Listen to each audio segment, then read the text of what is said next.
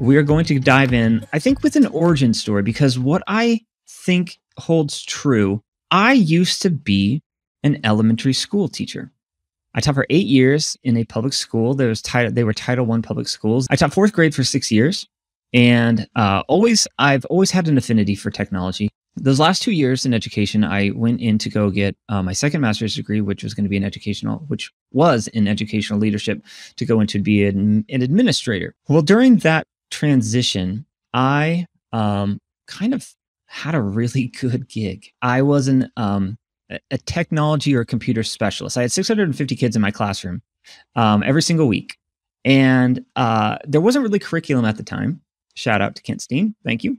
So I was able to have some freedom in that classroom. And what I did was I kind of pitched this idea of Minecraft. I pitched this idea of Minecraft to a university professor saying, hey, I think there's something to this game. I think there's an educational component that we could use in this classroom. I think there's creativity, there's teamwork, there's coding, there's a lot of different things that we could do. The guy really liked the idea. He funded the experiment. I brought it to the school and they said, hey, yep, that's fine. You got to get clearance from the district. We got clearance from them. And lo and behold, we started off on this little adventure. Little did I know that would kind of change the trajectory of my own life and my own understanding of internet marketing and just being able to get the attention of individuals. Now, I don't say that in like a way that, hey, I need your attention. I'm not that kind of person, but like people are on their devices and they're looking at things. That is a much better spot to be marketing to where people's attention currently is, right? So we started off in this experiment. We started playing Minecraft in school. And it was an absolute blast. And I actually started documenting the process because it was pretty cool. These kids were making a lot of stuff, right? And what I did was I just kind of became this vessel to share what they were doing. And I started just tweeting things, right? I wasn't on Twitter really before this, not a ton on Twitter at the moment either. But still, what I wanted to do was share this with the parents, share this with the community and say like, hey, this experiment is actually pretty cool. These kids are making things. There's a use case to all of this, right? Because I was getting some pushback from teachers who were like, no, teach them keyboarding, right? I said nay, because they were learning how to type in chat in Minecraft, right? So there's a lot of different reasons to be experimenting with this. But fast forward a little bit, I continued to keep marketing what we were doing. And the first year was really, really fun. Started to kind of network amongst other educators and started to get the attention of some folks in education land. What was cool is the second year that I was in that gig, code.org, which is a good organization to teach kids how to code, they took notice of that.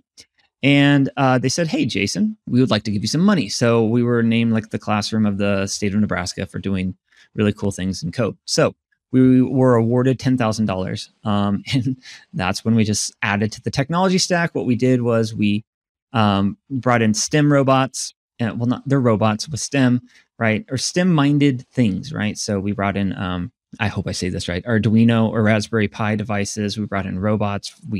A Kano kit. We just started doing a lot of cool things.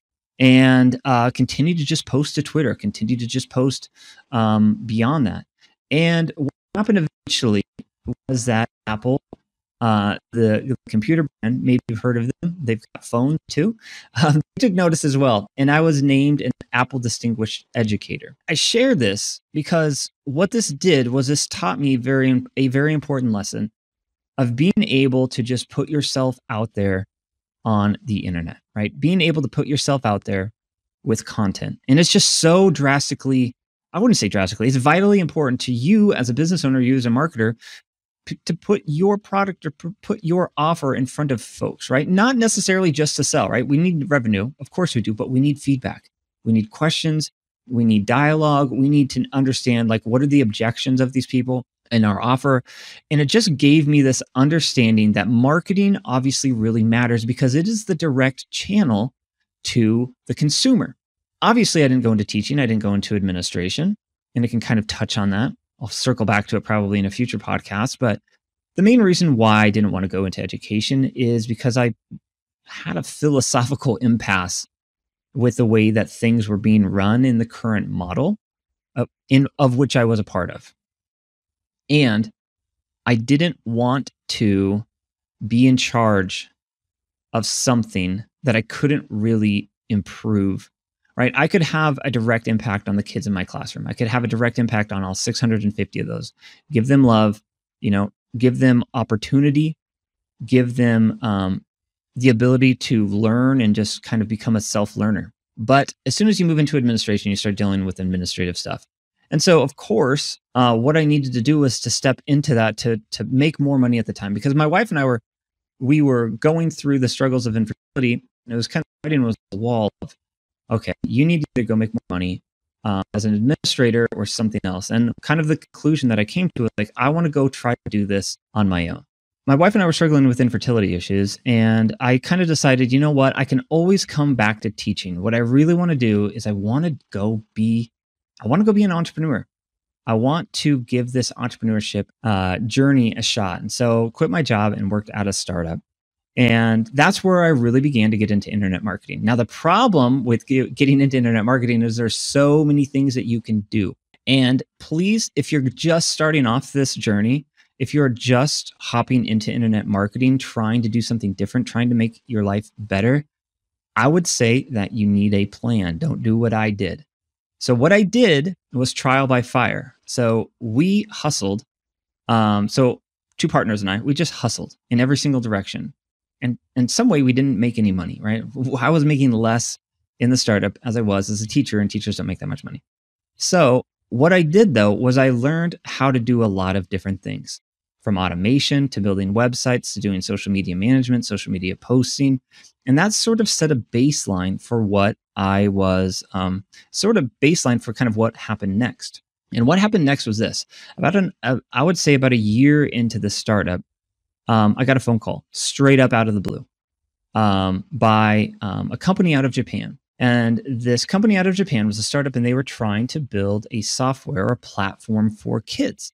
And so what they were looking for is they were looking for somebody who had experience in the classroom, but somebody who also had experience in digital marketing. Well, how did they come across me, right? I had this Apple's Distinguished Educator Award. I had this award from code.org, but I had also put out another piece of content on YouTube. It was my wife and I's pregnancy announcement video, because we had been struggling for a long time, like years. Finally got pregnant, made a video about it. It didn't go viral or anything, but it has, I don't know, 300,000 or 400,000 views. And so all of these elements combined, right? The posting on the Twitter, the understanding the marketing, the positioning, just engaging with people on the internet, putting out content on YouTube, it all came to a head, and I got this phone call. And the phone call was basically, Jason, really like what you're doing. Do you want to come work with us? I was foolish enough at the time to say, no, I'm doing my own thing. I'm doing my own hustle. It was, I don't know, looking back, maybe unwise. Maybe I was playing the game. But I got a call a few months later from him and said, hey, Jason, still interested in working with you. We just raised $16 million. Would you now be interested in working with us? And I think at this time, this was like, business was just not going well. Struggling to feed my family with my newborn son. And it was like, yes, I will take this new gig. I think at the time, it was $60,000 or maybe $55,000. So it was better than a teacher, but by the time you pay yourself and all the taxes and everything else in self-employment, it wasn't really that much better, but it was a beginning. And so here I am as a consultant.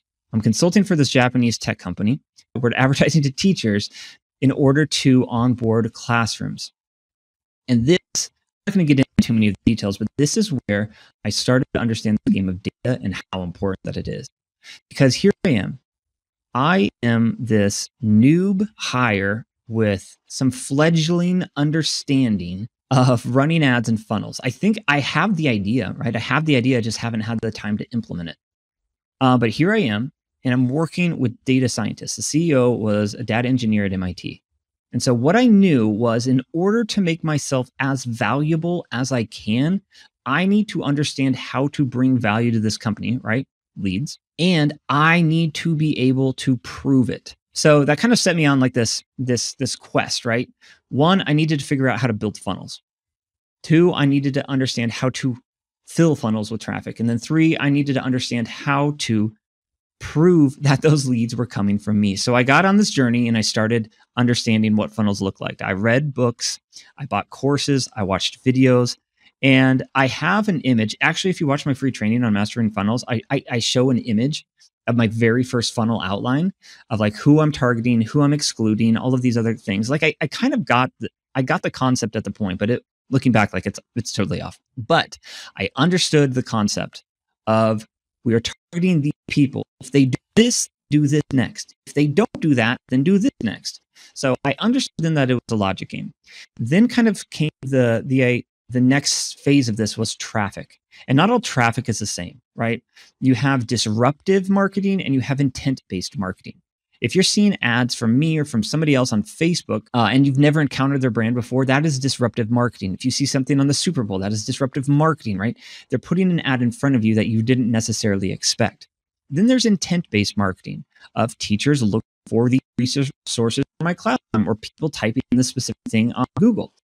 And so what I did was I kind of learned how to use both Facebook ads and Google ads at the same time. So here I am figuring out the traffic side of things. And this has been quite some time into this journey. So I was with this client for about 16 months. During that time, I couldn't figure out the tracking thing. Like I figured out what UTMs were, right? I understood what UTMs were, and I went deep on that, right? Because again, in order for myself to be as valuable to the company as possible, I needed to learn how to track what I was doing. Now that's a double-edged sword because if your results are junk, this is going to show up in the data. But I took an absolute loving to this idea of UTMs, and I built generators, and I built these pieces to understand where people are clicking through on the blogs, on social content, everything. I just dug right into this because I loved it, because that was a part that most marketers don't understand. They can't prove their worth. And if you could just prove your worth, you could probably 3 or 4 or 5x what you're doing. Or if you're a business owner and you're spending money online, if you can just prove what is working and prove what is not, you don't have to do the guesswork. You just spend more money where you're seeing the whole line, right? So here I am. I can't figure out, though, how to build conversions. I can't figure out how to go in and actually close the loop, right? And I waited on this dude, I'm going to leave him nameless, for 6 weeks. 6 weeks to set up this conversion. I was running Google ads, simple sign up. The problem was, or at least the problem that surfaced, was that I need to be able to do this. I need to be able to close this loop. I need to be, I understand the idea of funnels. I understand the idea of, thank you pages at this point, understand tracking, but I don't understand how to close the loop. And that's kind of the most important thing, because that gives you your ROI, but then that also trains the ad platform and the machine learning. So before I could figure out that last final piece, we got another email from the founder of this company. So this was about 16 months in, and he said, hey, we have spent $6 million to date. Our traction is none. And they basically began laying off everybody. Fortunately, they offered me like a part-time position, which felt good at the time, honestly, right? To be somewhat held onto by a company that was laying off a lot of individuals. But ultimately, I had to say no to that because it wasn't going to be enough money. And I knew, like, at that point, it was go back to teaching, go back to education, or go do consulting full time, build your own business. And I chose the latter. Like, thank God. Hey, this is Jason, and thank you for watching this video. If you want to watch more, go ahead and check out my channel and consider subscribing. If you want to listen to our weekly podcast, you can find us on Spotify with Mastering Funnels. Last, if you're a marketer or business owner looking to scale up your offer with data, paid ads, and ROI tracking, then you can learn more about us at hacktics.com. That's HACKTICS.com. Thanks.